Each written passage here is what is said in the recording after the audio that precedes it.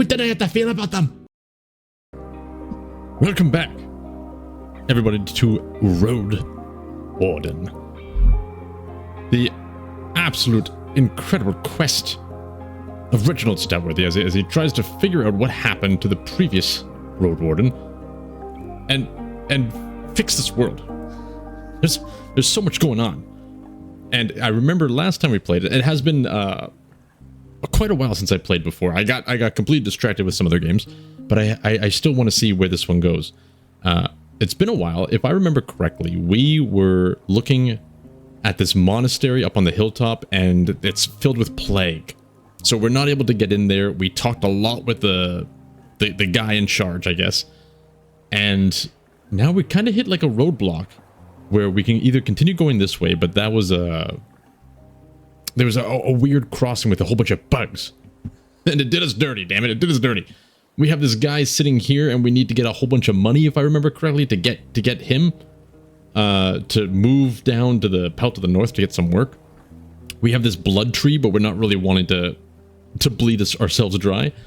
We have an old druid elder down here, and we need to know what to call him. So we might be able to learn from the Howler's Dell if we can do some jobs for them. So I'm thinking we move back down to the Dell. Hopefully there's no beast along the pathway. And we can find out what's going on. Old Pagos. Let's head back to Old Pagos quickly. See if there's anything there. Maybe we can explore it or rest it. Oh no, this is the village where the plague was going. The monastery is a little bit different. Are you sure you're not sick? Yeah, we can't do anything here. Alright, let's try and head back to Howler's Dell. It's getting late. And we definitely want to rest as much as we can and maybe do some jobs. I think I'm just going to wait. I'll do a little quick save. And let's wait. Oh my god. Wait until the evening. Alright. Let's sleep. We don't have any money. So, oh, it's not going to give us any health back? Alright, that's fair, I guess. Have a little sleep. We're going to wake up and try something new. As you prepare your belongings, you realize that the days are getting noticeably shorter. The closer you get to autumn, the less time you'll have before the beasts of the nights leave their lairs. For now, it won't be that bad, but I better make sure to not waste too many hours. Alright? just as we sit there waiting, we shouldn't be wasting. You lose your senses right after you lie down. In the middle of the warm, stuffy night, you are entangled by your dreams, too tired to fully wake up, too accustomed to having a mid-sleep break to just get back to sleep. You are between the realms, surrounded by visions so vivid you are tempted to reach out, touch them, and stretch them out. They are your playground. Once I realize I'm in power, I do my best to enjoy myself. I fly, defeat dragons. This does sound like something I would do. I would not dare to disturb the natural flow of the dreams. I accept what they are. My nightmares interfere. Oh my goodness. If I try and break free of this state, thinking of all the things I was meant to do tonight, when I wake up, I'm still not sure if I did anything at all. We're gonna go into the lands of dragons defeating flying around superpowers. Heck yes. We are a dreamer. Alright. It's warm here, but the mouflon skin allows your back to rest a bit. Gordon's doing fine. Alright, we need to find work. The traders around, does this guy have work? No, we have enough rations. We don't need any of that. I asked the guard to look for the mayor. I bring sad news from Old Pagos. The villagers are stricken by a plague. For a few breaths, she doesn't even blink. So close to us, a plague? How? She adjusts her cape and calls a guard with a gesture. Tell the others to gather by Ape Ale, she tells her. Then looks back into your eyes. I'll pass them the news once we're done here. We have closed the gates. Maybe keep strangers away. She starts to tap on her deer buckle. At least we can make some preparations thanks to you. Good wardening, she says with little conviction. But you should also speak with our druids. They may have more questions for you. The guard returns, and the mayor sends her away again. Warm Elpis. She must speak with Stoutworthy soon. Warn Elpis. This must be the druids, because they did not want to talk to us before. So maybe now we got an in. This is exactly what we wanted. Do we have news? The squad that made camp... I still don't want to... Yeah, I don't want to rat them out just yet, just in case. Thank you for your time. I leave the square. I go to the druids. Timo's still looking for a match. I'm too tired. I need 2 vitality to do that. Oh my god. I can rest a little bit. You know what? Let's rest. Oh. You spend the entire day taking care of smaller chores. We gotta get our vitality back. Oh, this may be wasting too much time, but we gotta get our vitality back. It seems like that is the most valuable resource so far. Okay. I leave the square. Can we still go? We can still go to the druids. This time, the tall druid gives you an encouraging nod. Even though he remains on a bench, he's huge. He would do well as a guard at a city alehouse. I walk farther south to the spot where the new building is being built. You approach the building site. The stone foundations are finished and the timber frame is jointed together with a set of intriguing cuts like a large toy. One day, their walls will be whitewashed with limestone and turned into a prestigious shelter, unlike the houses made of logs and boards. The other buildings are surrounded by grass, flowers, and herbs. The turmoil of village life is drowned out by the sound of the creek, but the knocking of hammer shatters this tranquility. The builders give you a curious look from above the log they're cutting. I walk past them and head for the druids. You're welcomed by 8 elders, gathered in a semicircle. What is that? Do I just have to call him an elder? Is it that simple?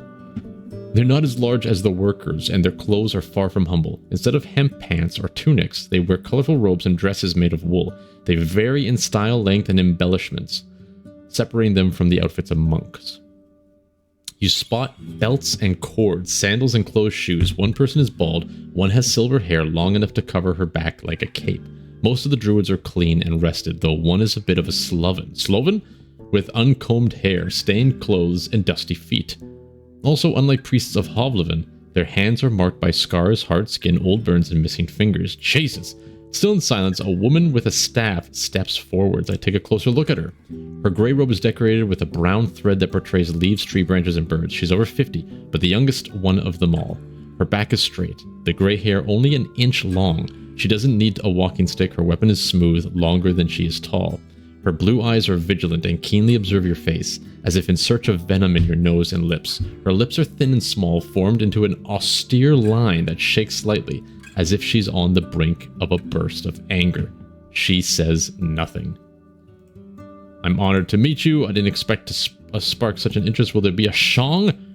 I assume you know who I am. That's so far. We're always distanced, our character, but I feel that is how the Roadwarden would act initially. He's not going to be super friendly to these guys. These guys wanted nothing to do with him, and this village is still highly suspicious. I bow my head and wait for her to speak first. That could be very, like, you know, respectful, but I assume you know who I am. She closes her eyes and tilts her head to the left. You listen to the creak, the hammer, and to your own breath. I do not know who you are, she finally answers, nor why you are. Every muscle in my shell makes me beware of a wolf, but my village believes you defend the roads. She pauses and looks at your clothes and equipment. Even though our ancestors were here for centuries, some still think they need paths, travelers, dragon rings. Your presence here is a new log for the flame of lies. For a moment her eyes seem shinier, brighter, but also hostile. You are, and will be, an outsider. Well, listen, but you'll not change us. Her words are slow and soft, as if she's tasting them. What a delicious form of vernacular. Thias thinks you should know about the plague that has fallen upon old Pagos. Why do you speak for the entire group? Can you tell me anything about Erastos? This is an opportunity. I don't want to go right to the point. This is an opportunity to get some information. I met an old druid in a cave south from here. She almost drops her staff. Her lips start to shake, betraying her peaceful words. He's one of us, but there were differences between our paths, and he has decided to be on his own. That's his right, and we respect his will. Alright. Have you ever met a Starion? Nay. Seeing that you wait for more detailed answers, she taps her fingers on her staff. We had no reason to talk with him. Alright. Alright, alright. Thias will start negotiating with the Merchant Guild. What are your thoughts? Can you tell me anything about Erastus? She looks at the other elders. I doubt this boy did something that would require the attention of the city folk. I want to know what to call this guy. Tell me about your faith. She tilts her head to the right and looks directly into your eyes. What do you want to know? How do you feel about the other religions? There are many rumors surrounding druids. Some of them portray you as rather cruel. What does it mean to be a druid? To be worthy of trust, our elders have to trust that we'll master our shells under their guidance and use them to strengthen all of us. Our neighbours have to trust that we're worthy of their food, ever if we deny work with our hands. The creatures need to trust that we deserve to enter their woods. She observes you for a bit longer. She observes you for a bit and her fingers tap on her staff. This trust would never be put in an outsider. Alright, so she's not going to trust us with things. I want to hear your teachings. Give away what you can, take only what you need. From your soul, from the soil, from the fellowship of humans. You'll leave behind only ashes, accept it and grow in peace. She ends with a kind smile. If you think 'tis nae much, you're right. If you think any soul has enough years to follow this path fully, your soul is already beset by thorns. Jeez! For me, Wright's teachings makes more sense. In my home, our elders taught us the same thing, and I believe they're right. I see. She observes you in silence. Wright's followers have their tablets. How about you? There are many rumors surrounding... Yeah, they say you're pretty cruel. Nay, one ought to seek wisdom in every mouth they see. Her thin lips form a smirk, but her voice gets stronger. The butchers of the Unites are driven by fear, afraid to admit their old malice, to give up on their dreams of power or comfort. They make us monsters of their tales, for they want their people to look away as they hunt us. We're a mirror of their weakness, the sun to their shadows, with the proof that they didn't have to rule. She got really angry there. How do you feel about the religions? We didn't have to feel about them. If they let us live, we will nae strike first. A preacher was here once when I was but a teen. Her eyes get a bit more cloudy. I see that one could take the tablets and grow up upon them, but the right burns the freedom of others, and their followers build their grey dead temples from the skulls of those who didn't listen. We're across trust, no slavery. Let's change the topic. I think we're done learning about that kind of stuff. I didn't really get what I wanted out of that. Do you need help with anything? No, let's tell them about old Pagels. You tell her what you've learned about the village gates, making her lean on her staff, touching her with her cheek. What can I help with this chat today? The people of Old Pagos and they are friends, and we will not risk our lives for theirs. She turns towards the rest of her gathering. After their nods, she takes a deep breath. As she speaks, she looks at the ground. The great healer from the southern cave. Only he may find a way. Okay, okay, that's good. We got a connection. Thanks. I'll see what he has to say. We don't need to get bitter about these people. I'm looking for a healer. She raises her head a bit and observes you in silence. You will nae find them here. My soul has its limits. I need to be there when an elder falls down the stairs, when a child gets a fever, when a lumberjack cuts off their arm. We do nae need your dragon bones, and I will nae put a stranger above my neighbors. Okay, this person might be able to heal us. I want to see if they need help. I can't even ask that anymore. What do you think about the merchant guild? She looks towards your axe and clamps her hands over her staff with new strength. We are nae ones to tell a village how to act or how to think. If they decide to follow their mare, we'll follow. She lowers her voice and her gaze is like a storm. When a bear enters your house, you don't scream at it, nor hold the door for it to leave. You wait or throw it a fish. But if it heads to the bed of your child, you jump on its back, ever if all you have are your teeth. For a single heartbeat, you see a red line in her eye. That was a narration. But sometimes you get stuck in the accent. You can't turn it off. What do you think about necromancy? She grabs her staff with both hands. The awoken spit onto the order of things, and on time in nature, when held by human spells, they only grow, waiting for the pneuma of corruption to cover their bones. Their will is simple and will never be forgotten. They will hunt for those we care for, and they will drink their blood. Her face hides any emotion. Her voice is monotonous, but her fingers are getting pale. The curse of necromancy does nae enter our gathering. All right, calm down. Let's say farewell. Alright, so we know we gotta go back to that place and try to figure out what to call them. So far it's like Elder. Can I go back and do they say anything else?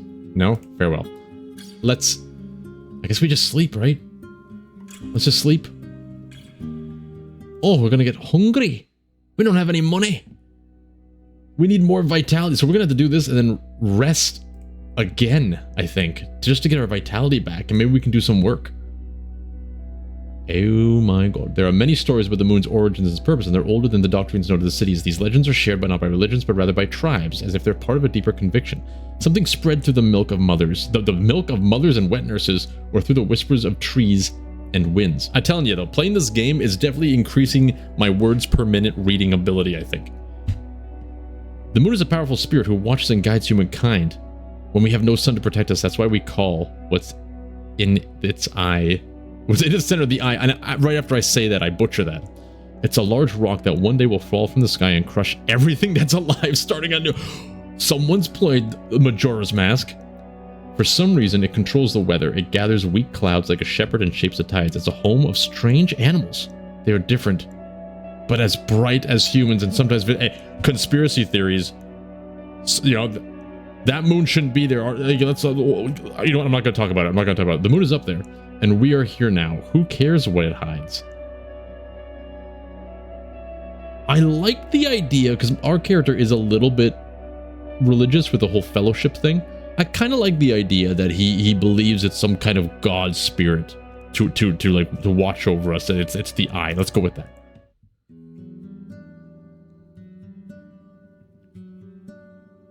I think this is the only way to do it, isn't it? We need to eat some of our rations.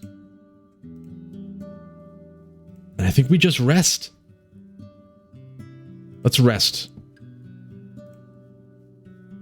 We're wasting a lot of time, I know.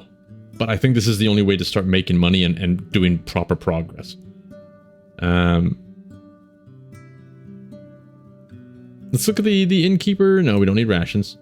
We don't need to talk to the mayor. Or maybe we do need to talk to the mayor. No, we don't need to. So we're like, hey, guard, get us the mayor. The mayor comes. Oh, yeah, wait, we want to talk to you. See you later. I just wanted to see if it was going to work. I just wanted to see if he was doing his job. Ain't nobody going to be thankful for doing your job.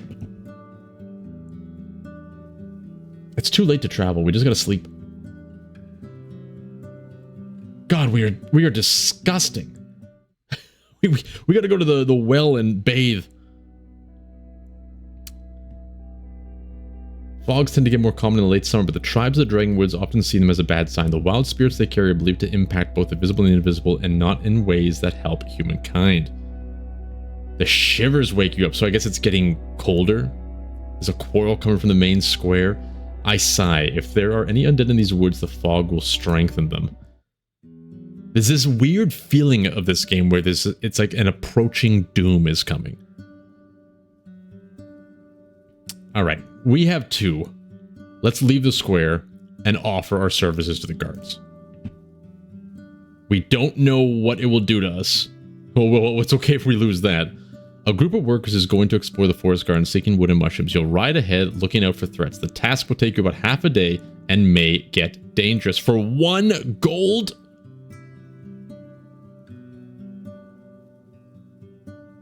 Does that mean we're going to get... It better mean we're going to get 1 gold. Let's do it. We need money desperately. Oh, let's go! For most of the time you stay safe, but at one point you find yourself evading a pack of predators, and your clothes are now soaked in sweat. Thankfully, your armor was able to keep you in one piece. Can we do that again? Oh, so you can only do that like once a day. We should be doing that all the time. Like, wake up, help them, move on, and do other things. Damn. Okay. Good to know. Let's go to the main square. I leave the square. Wait, isn't there a well somewhere? I'm pretty sure there's a well somewhere. I need your services. Let's talk about fancy clothes again. No, get out of here. The druidess. No, where's your well? Main square. The innkeeper. No. The trader.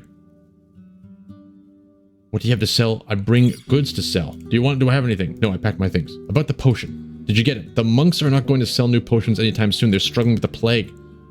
Do the spirits have nothing better to do than throw logs under my feet?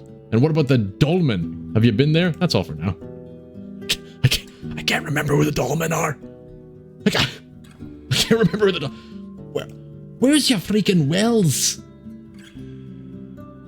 Could have sworn the well was somewhere. Ah, you know what? I leave the square. Let's travel.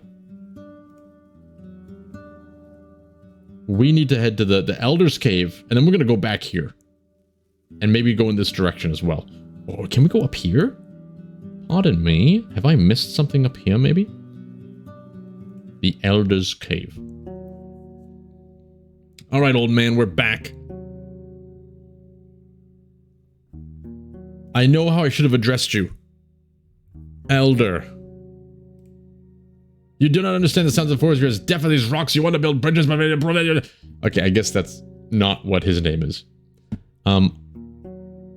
I wonder why you don't wear the robes. You know what, let's try and charm him. We know that these other people are sitting there and like he's moving away from them. He's doing a different thing, a different lifestyle. Yeah, so why don't you wear that? I wear what I need and therefore what is needed of me. He speaks with pride. My ancestors knew such path leads to freedom. Not empty gestures, but honesty, gratitude, and tranquility. He looks towards the north. Those left in the village are putting their hands into matters that fit the empty-hearted. Their petty clothes are but a costume, not better than a dress of a merchant or a pretty rock thrown into a lake. Okay, I respect this guy. I bring news from old Pagos. We need your help. His eyes widen. What did you say, a plague? You tell him everything you've heard about the symptoms. He attentively observes your lips and sometimes asks you to clarify some details. Though you usually don't know how to answer him, he finally nods, then turns away and approaches the garden beds, lost in his thoughts. You wait inside. He speaks after a short break. There's nothing I can do. His words are trembling. You'll have blood on your hands. He's pissing me off. And that's it? Are druids really that useless?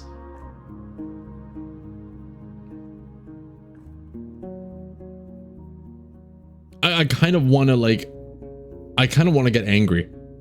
Like, this is getting ridiculous. No one's saying anything. He's like, nah, address me properly. Like, no, you're pissing me off now. He straightens up and furiously walks towards you, wagging his finger. There's no spell master that could cure every illness under the sun. Not here, not in any land. We do not choose our calling. We do not seek power.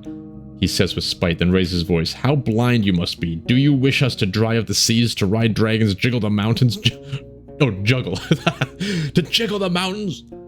Awaken the dead? He only now realizes that he has put the tip of his finger on your chest. He looks at his hand with surprise and steps back. Ah, that's right. You've given into anger to your hate. You'll have blood on your hands. I wish things were different, but I'll not cast away this shell for their sake. I need to stay among the living. It is my duty to help the howlers. It's ill and weak. He pauses, then takes a deep breath. To take care of my wife. Alright, sir. Alright. No soul says you have to sacrifice yourself. Healing takes knowing. To heal a shell consumed by forces I do not understand, I must force one spirit to crush the weakness, like a blind child trying to trample a spider. I could help one soul, maybe two, but I cannot clean the entire place. I may die trying. I may die succeeding. I may fail, and stay there as another meal for the illness. He nods slowly. Another sacrifice. Is there anything I can do? He strokes his beard and examines your equipment. There may be. You can help me cast a spell of great power, but it will take much. You would not dare. You would not dare. And you would have to give up a grand reward. 'Tis a quest for a hero, not a messenger. And there are not heroes. You may be right. Tell me more and I'll decide what to do later. Yeah, tell me more. I don't want to, like... You have to give up a great reward? Healing the plague. Before you finish, he turns away from you and looks at the falling water. Then listen. Help me awaken Beholder. Oh god. Anything that's called Beholder is not good. That's what I've learned from, like, Dungeons & Dragons and stuff. The good totem from the swamp. Oh. You've already passed its altar on the crossroads. Yes, and I bled a great deal on it. It needs to be fed. It only feeds on spirits. Ah, damn it. The pneuma held in human blood. Oh. The match locked in items. Offer them and it will answer your call. But 'tis a hungry being and it will not be nurtured by a single gift. Who knows how much it wants? He carries on without pausing and he's speaking from memory. But let it grow and it will reward you. Take its holy seed and bring it back to me. I'll enter the village and through the totem's power I'll replenish my strength and keep the pneuma before it leaves the lungs of humans. He stands in the same spot for a few breaths then finally looks back at you. Damn. So I need to offer magic to the altar. What was doing as it sounds like you're trying to push me to some dark magic, old man. Maybe it's time to ask the druids from the village to help me. I'm sure they could spare some of their pneuma. Do you have anything I could give the altar? Do you have like a hand or something you can let go of? I have nay reason to believe your words. If you help these people, I'll admit I was wrong. But I will nay give you anything. You bastard. These guys are so selfish. Like, okay, so I'm just gonna bleed over this altar for the next like month and a half. I need to offer magic to y'all. What do we do next? When you deliver the seed to me, we'll leave. So, though we need to get time to Old Beggars and back. It's a long road for the shell of the years, but the tomes of gift will keep me strong. It sounds like you're doing some dark magic. None of us would accept a sacrifice of a human life. To grow, beholder needs not our souls, but rather any pneuma it can find. Your judgment is not needed here. Tell me more about the seed. Its voice becomes confident and solid. Beholder bears but one fruit a year, and only if its hunger is satisfied. The heart of this fruit, its seed, holds great power of youth, strength, and magic. Therefore, when the winter ends, the people of Howler's Dell gather at its feet to give away the pneuma held in their blood and possessions. It's a sacrifice that will kill a single soul, but when shared by many, it's a sign of acceptance, an act of overcoming pain. Interesting. So they are into some cultish things, but they've managed to find a workaround. Instead of killing one soul, they all sacrifice equally to give its abundance. Abundance? What is that? What does that mean? What will I get? Who can tell? I hold not treasures to share, and I'll do my part not for a reward, but for my belief that's the right thing to do. Then give me something to help. Maybe the monks keep something in their chests. Look, this guy's like, I'm gonna do everything I can to help, but I'm not gonna give you anything to help because I don't trust you. I don't like this old man. Maybe it's time to ask the druids. He puts his hand on the sides and then looks at the clouds above him. If they're willing to help you, they would not send you here, at least not by yourself. They stare at the promises of power and the fears of such promises bring. For them, losing pneuma is a risk. You must understand that old Pagos is not a friend of theirs, as it bows to the right, the creature that laughs when we wither. Many people would not spare a tear for this place and would much prefer to turn it into a house for boars and rooks. Fine, I know everything I need to know. I still have no idea how to address you. Alright. Alright, old man. So we do have some conversations to happen here. Don't we have our fishing trap here? Let's take a look. We need to get our fish. Wash myself in the river. I wash my shell. Let's go. I put on my clothes. Did we not... Did our fishing trap like... Oh, there it is. There it is. Oh, let's go.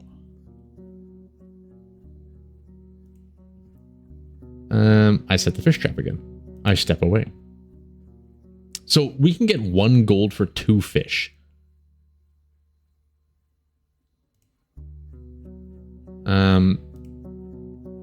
Oops, I gotta finish this first. I don't know what they'll give us in Howler's Dell. Maybe it's more. You know, it's 1 gold for 2 fish. Who knows how much we'll get in Howler's Dell. But I want to know what's over here. What time is it? What time is it? It's getting a little bit late. We have 7 hours. So let's travel. How long will it take? It'll take 1 hour to get there. Let's go further. The curvy road east is overgrown. Gordon trots when it has a chance, but more often it walks, forced to jump over larger branches blocking the path. The nearby lake is surrounded by thirsty wildlife. I observe the dark forest, ready to react if something jumps at me. They did say, like, don't go east, right? Oh, look at this. It's a chapel.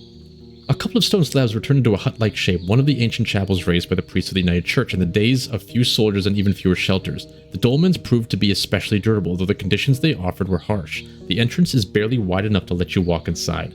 It was meant to keep larger beasts away, including your palfrey. You can't spend the night here. You dismount and look around.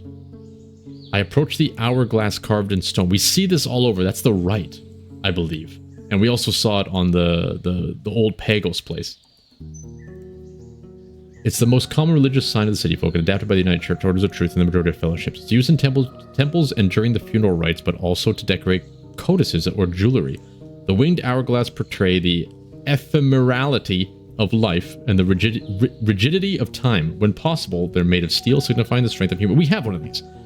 In the old days, it was a place of faith. I should touch the hourglass and pray. It is part of our stuff. The real believers don't need special places. Let's touch it. We like to touch. The stone welcomes your open palm calmly. The hourglass doesn't start to shine. The birds don't cease their singing. There's no incense inviting you to the chapel. But once you close your eyes, gather your thoughts, and rub the sacred time with your fingers, your soul is focused and tranquil, as if awakened after a long rest.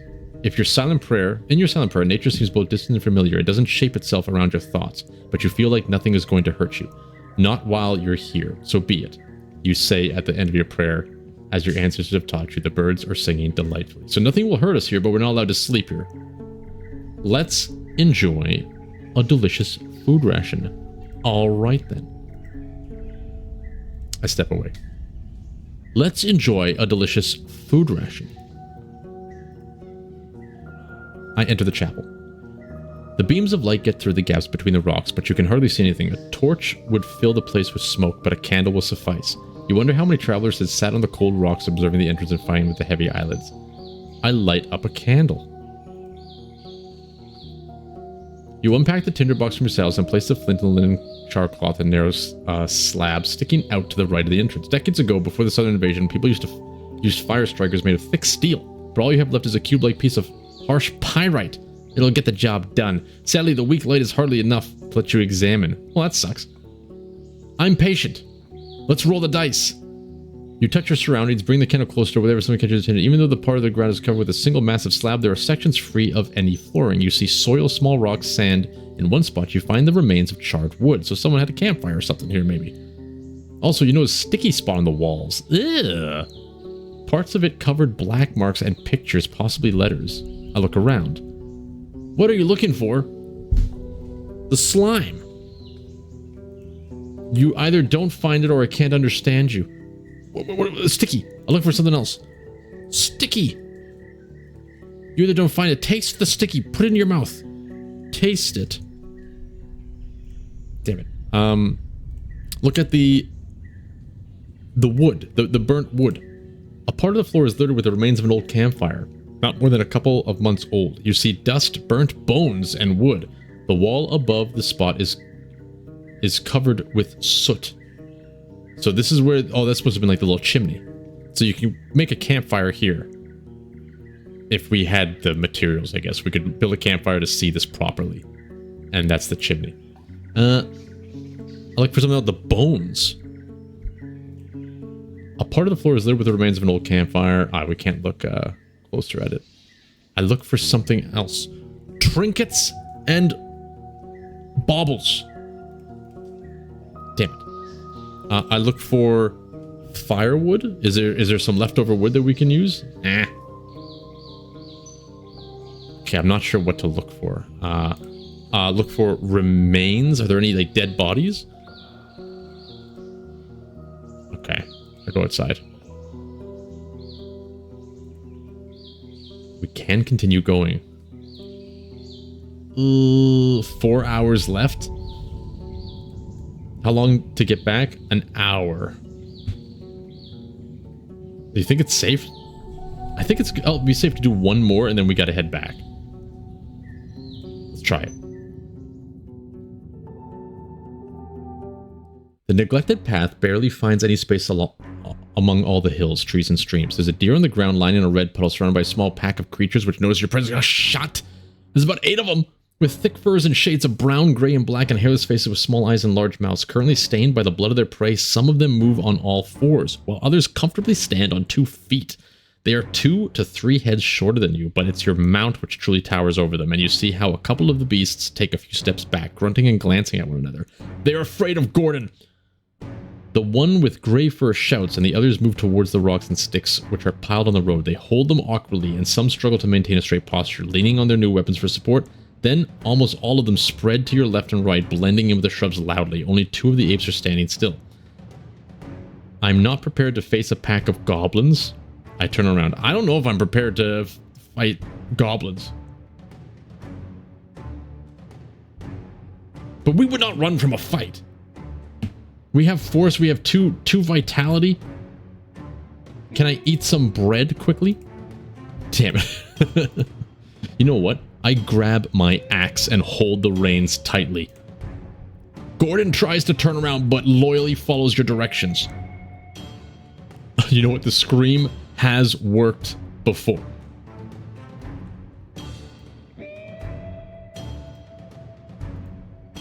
Oh, this is interesting. It just like removes things. I guess because if we're using force, we can't do the crossbow. We can't dismount. I wait for them to move. All right. I throw them some food. Maybe they'll leave me alone. I look behind me. I charge the goblins.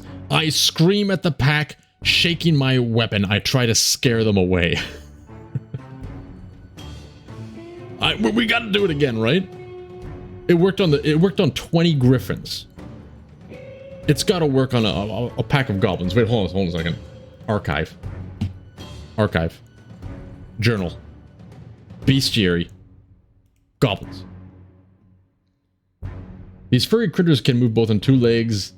The cable demo shells. Many people, both in monastery and the Words of Truth and at the marketplaces, argue how smart a goblin can really get. It's clear that they can fight with a pointed stick or pick up an abandoned sword, but looks like they can't even start their own fire nor speak. Nevertheless, some people call their lairs camps. According to Quintus, they follow the smell of burning fat. That doesn't help us. Notes. Fishing village, smokehouse popping time. What does this even mean? Why did I make these? What does that mean? Looking for shelter, call lieutenant, running from wolves, throw the rope. Oh my god. I scream at the pack. You do your best, raising your voice in a fierce shout and showing them what you're ready to take them down. The gray goblin seems unmoved, showing you its long tusks and swinging its arms, and its younger companion looks around grunting, but then stays in place. The gray one then focuses its attention on you, or rather something that's just behind you. Then you get stabbed in the back. Literally, you turn around, seeing a goblin that, as far as you can tell, was not part of the group surrounding the carcass. It's holding a wooden spear, or rather a pointed stick, longer than the creature is tall. Your armor was able to reduce the impact, but you feel the pain from the hit, and you can tell that the linen was torn. You'll need to find someone able to fix it. You wonder how many of them are still hiding among the trees. I can't win, and I can't run away. I rush Gordon forward. Your mount speeds up, though it doesn't have enough space to enter a gallop. You prepare your weapon, but while you may have hundreds of hours of training behind you, hardly any of them happened in the saddle. You do your best to focus. The younger goblin attempts to stop your horse, but the strike you receive sends it into a nearby bush, screaming in pain. The gray one, however, manages to grab your boot and is now trying to keep up with your speed, making one long leap after the other. The first strong swing of your axe wasn't able to reach the target. A spear would do better in this scenario. Ooh. I think we gotta kick him off. If the axe isn't reaching the target, we kick him off. Always swing your foot around, or at least you try, overwhelmed by the weight and the muscle of the beast. Before you manage to land a hit, your leg is already in great pain. The beast, however, gets scared. It lets go of the boot and leaps away, landing on the 2 hind limbs. It shouts after you, but stops in pursuit. Though it hurts, your leg is free. I ride as fast as I can. For a few moments, you hear the angry shouts and screeches, but soon after that, it's again only you and your mount. Holy crap, we failed so hard. What the hell, goblins? Like 20 griffins, no problem. 8 goblins? My god. A round pine tree blocks the road. For a wayfarer, walking over the thin branches at the top notch is not much of an issue. Even Gordon, led on a rope, could walk around the stump, but a large wagon couldn't move onward in one piece, at least not without detaching the mules, unpacking all the wares, and moving everything by hand. Cutting a tree into pieces would take hours, even with the proper tools, and you can't hope to move it with just the muscles that you and your mount have to offer. I can't get rid of the obstacle. It would be a decent spot for a fishing trap. We don't want to come back here ever again. I don't think we can wash ourselves anymore. Let's look around. What do you want to investigate? Let's take a look at I think I know what happened here. The surrounding area. You walk deeper into the wilderness, searching through the shrubs and trees. You don't find any side paths nor remains of a camp or a hamlet. The first game trail you find has been used exclusively by animals. The tree. The leaves are not completely dry, and when you break one of the twigs, it still contains water. There are no signs of sickness that you can recognize, and the termites and other bugs are still sparse. Beneath the trunk, there's no blood, no abandoned limbs. Okay. The stump. You don't find any marks of maw or paws. The top is hip high and unnaturally smooth. You could comfortably sit down on it. The tracks. In the trampled grass, you find 2 sets of tracks to follow. There are no hoof prints. The first set is near the destroyed wagon. The wayfarer suddenly stopped. You can see where they made a sharp turn. The second trail is close to the tree stump. Most of the marks were left by flat, cheap boots, not suitable for long walks, but someone was wearing hard, wide heels, distorting the ground. Both trails avoid the eastern wilderness. They stick to the main road that lead north. They could have belonged to 24 people, maybe more. You follow them for a bit, but lose them once there's no more mud and tree needles to find. The wagon. The planks are still firm, and there's no mustiness in the air, but the vehicle needs just a push to fall to pieces, like a child's toy with nothing to keep their parts together. There are ways to construct a wagon with just wood, leather, and fiber, but you find the marks of hinges, braces, nails, and clamps, which are now all gone. The wheels are missing their steel rims. You find only one linen bag, empty and moist. You can't estimate how deep the tracks are. The ground was hard, so the cart's weight wasn't a significant factor. The river. It would only take 2 steps to disappear into the water. The rocky bank smells fresh and is filled with the sounds of frogs, insects, and birds. It's not a good spot to quench your thirst. The beds of long kelp pulled by the flow of the river are crowded with fish and 4-legged creatures that you don't even recognize. You keep an eye on the land. There's no carcass in sight, and no signs of shells that would be left nearby. The bushes. There are no... Hey! There are no berries left, only broken twigs, fallen leaves, and trampled grass. You notice a pointy arrow, maybe a human hand, with a head made of horn and black-orange fletchings. You don't know what type of bird would have such feathers. You see no arrow marks around. Maybe we can sell it, get some money. There's no arrow marks around, not even on the wagon. The rocky wall isn't much of a challenge. The top of the hill is covered with short grass and sparse trees. You notice a couple of bushes with a good view of the road. Just next to the remains of a campfire, charred pieces of wood, ash, bird bones, trampled grass, and a broken earthenware bottle. You follow the deepest tracks, lean to the edge of the soft earth. Someone jumped down, or at least stopped stepping on the grass. I have no idea what's happened here. The road. The road here is already being overgrown, fading away, but it's in no worse shape than the other parts of the southeastern route. No alternate path has formed around the blockade.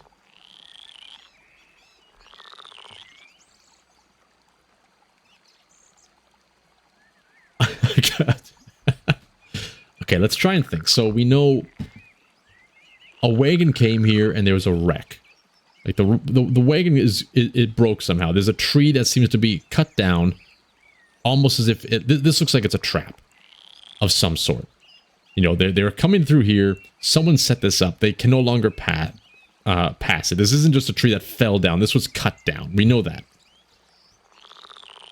I guess they tried to survive here for a little bit. They said there's a campfire, there's bird bones. They clearly sat here. They had a drink. They had some food. There's about like a dozen people. They did not take the eastern path. So we've heard a lot that the eastern path is dangerous. So they went north. So I'm guessing this group of people they traveled north into a community or something like that. They're probably still alive. Hopefully. There's no bodies. There's no signs of struggle. Nothing. Yeah. Maybe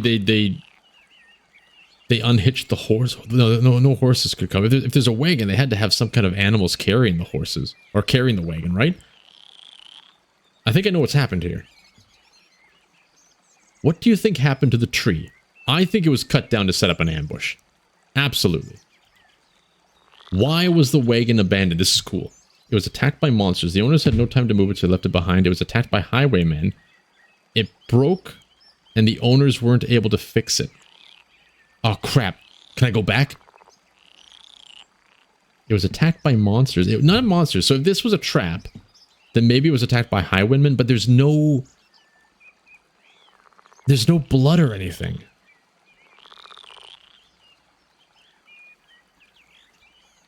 I think they just had no time to move it, so they left it behind.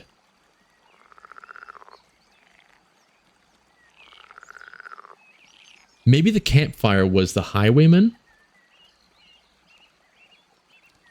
Actually, I have second thoughts. Hold on a second. Hold on a second. I go back to the tree. Yeah, so this was definitely cut down. Absolutely cut down.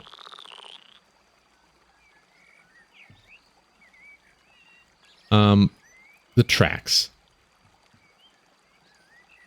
The wayfarers suddenly stopped, and they made a sharp turn. So that's it. They saw the tree, and they stopped.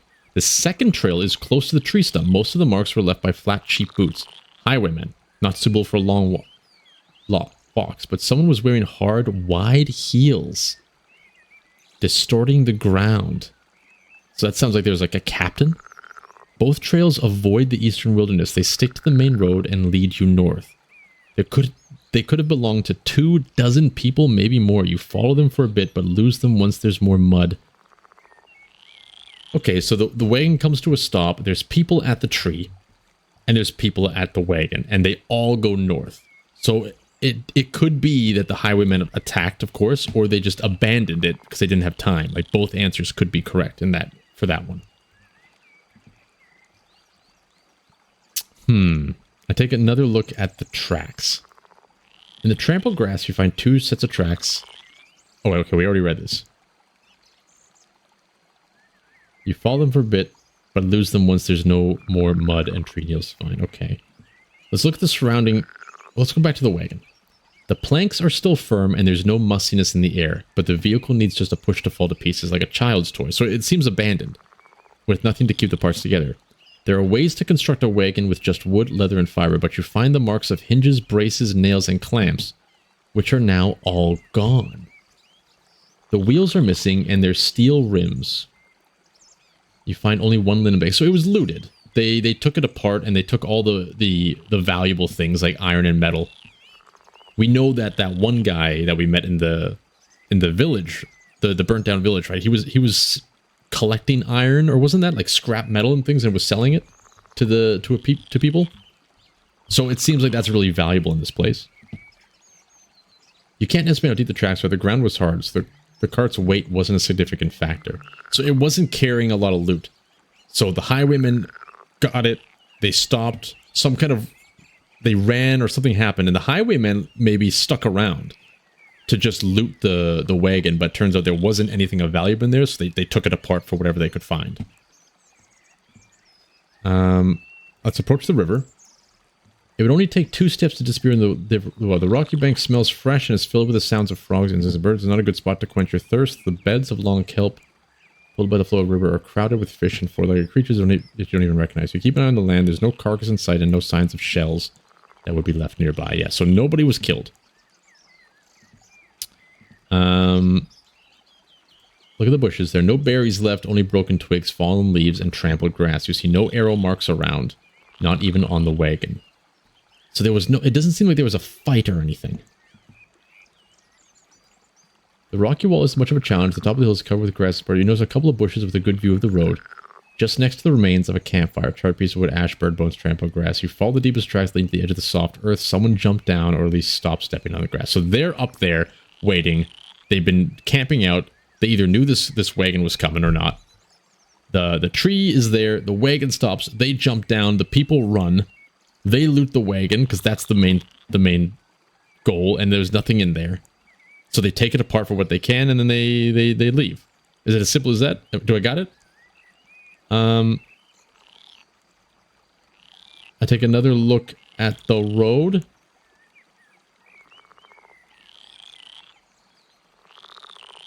Okay, I think I know what happened here. The tree was cut down to set up an ambush. Why was the wagon abandoned? The owners had no time to set up it. It was attacked by highwaymen. There's no sign of attack, though. But it was definitely attacked by people. Okay. I know I just contradicted myself, but we know because there's the footprints. We found footprints. What was originally transported on the wagon? Some valuable merchandise, someone's belongings, passengers. Definitely passengers. Because there was like a dozen people, right?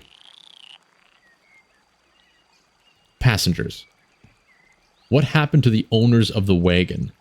They were taken north. They were killed on the spot. They disappeared in the wilderness. They turned back. They were taken north. So maybe they were actually capturing the people. Maybe that was their goal. And they all went north. They were taken north. You think that the tree was cut down to set up an ambush. The cart, which transported human passengers, was attacked by highwaymen. The owners were taken north. Are you sure that this is most likely what happened? I'm sure. I'm pretty sure of this, yes. While you can't be sure of what really happened here, you don't think there's much left for you to find. Let's hope you haven't missed anything. I consider washing myself in the river. Right.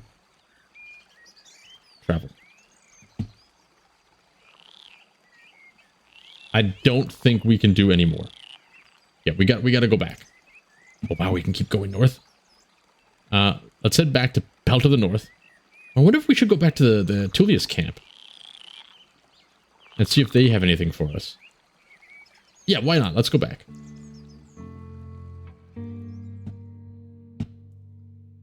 Still alive, I see. You hear the soldiers' loud discussion as they carry buckets of water. I have more questions. Did you ever enter the road leading through the heart of the woods? Oh, we were advised not to. Have you seen this huge gate in the west made of rocks very tall? We met a guard there named Quinton, maybe. A kind soul, but a bit slow. He almost begged us not to enter the woods, so we took the longer route. That's where all the settlements are anyway. Our companion chips in. We didn't miss much. Do you have any idea what happened to the ruined village in the west? Nah, there were goblins around the walls, so we never went there. But I was told that the wrath of the herds crushed it. Maybe 10 years ago? Her companion agrees with a nod. If there were any survivors, they are surely gone by now. Maybe they moved to the other settlements or left the peninsula. Or they got caught by bandits. Aha! Maybe that's what we just found. That was the people fleeing the village. The refugees. Have you ever encountered the bandits from the north? She let out a sad sigh, so there are other bandits in the woods after all. Her companion hits his forehead with his palm. This peninsula really hates us. We can't make a dent in its shell. Tulia puts a hand on his shoulders and looks back at you. Thanks for telling us, Roadwarden. If I survive long enough to report to someone, I'll be sure to mention it. Maybe I should learn more about them first. Sure, good luck with that. The man with the bird chuckles. She doesn't trust me enough to tell her the squad's mission. They're hiding something. I approach Tulia. Thanks. Barrel with water. Thanks. We can sleep here? What's our options? Oh, that's horrible. Let's travel. Head to the Pelt of the North.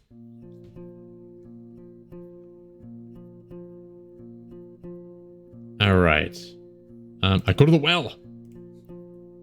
I approach the guards. Oh yeah, let's throw some dice. Oh, I show her the arrow I found near the fallen tree. Did any of you drop this? She returns it without hesitation. Now, we got ours from the villagers in the south and they don't use pheasant feathers. The locals ask too much for their arrows, as if they're filled with pneuma or something. Okay. I'm looking for knowledge about wild creatures. Oh, yeah. We gotta get more money. About the goblins. Well, look, they already beat the crap out of us. How about the hunters? I could still learn more about Erastos. I still need to speak with Cassia. I need to learn more. So there's still more. Okay. Hey, I wouldn't mind throwing some dice. We did just get a gold, right? Let's throw it away. Surely. But we're doing it right away. All 10 rounds. Let's do it. I'm ready when you are. Oh, God.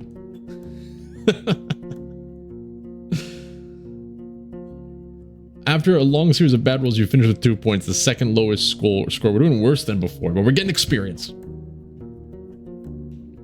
Alright. I walk away. I enter the inn. The scavenger, hey, you're still here. Tell me about yourself. Okay, I don't know if I'm going to read all this. I think it's just like flavor, maybe. I heard no ships can land on the coast. He's probably lying, but I don't let him know that I've noticed it. I have another question. Buy. I enter the inn. I go to the innkeeper. I have more fish to sell. I bring sad news from old Pagos. He decides to put his muscle arm on his head, then asks you about the state of the village and the symptoms you know of. After a short conversation, you observe the counter. I was planning to get in touch with those stonecutters. Thank you for bringing me the news. Let's hope they can make it until spring.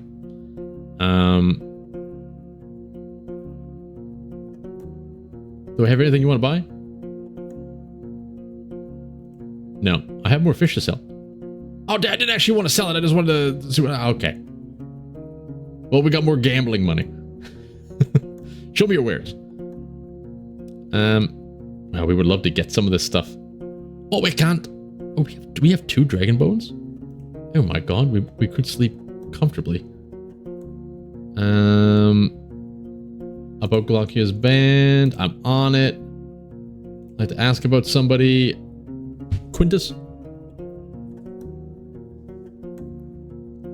He's one of our best and only clients. He can chug more mugs than he does, and he smells, but he's a brave one. He trained with my team, practiced to skin large things. Cool. He points towards some wooden mugs. In white marshes, they don't look kindly on hard drinks. Imagine that. They say a cloud's one judgment and ape ale's prices are absurd. Who knows? Discord keeps people away from howlers, but if they end up here, it's only better. Let's change the topic. Okay, I think we just gotta sleep. It's only 1 for rent? Let's absolutely do this. So we gotta come back here to sleep a lot more often. Hardly any light reaches the ground through the cloud sky. The deep night, and some people call it, so dark that you can't see the fingertips of your extended hand. You try to look outside, but to no avail. Even the predators will spend the next few hours hidden, unsure what surrounds their shelters and hideouts. Not all of them, though. You hear cheerful howling coming from the heart of the forest. A hunt queen, or maybe a hunt lord, has already captured its next meal. I should feel safe in such well-guarded stronghold, but just in case, I crawl to the window and make sure it's closed. That sounds like me in real life. If I hear a noise in my house, I'm constantly going to check to make sure my door's locked. Alright, I feel like we should just rest as well, unless we can do some work. But you know what? We're going to pick that up next time. This game, it's again, I always say this at the end of the videos, where it's like a game where you play it for a while, and at the end of it, you need to take a break. But once you take a break, it's like, oh man, you know what? I just want to go back in there and see what happens. There's like I said, there's this feeling of immediate doom that's coming with the whole time countdown, and this weird, it's like the whole the White Walkers in Game of Thrones. It's like winter's coming, you know? It has that weird vibe to it. Very harsh world that I thoroughly enjoy so far. Anyway, hope you guys enjoy it. Until the next one, enjoy whatever you enjoyed, and enjoy yourself. Get out of here.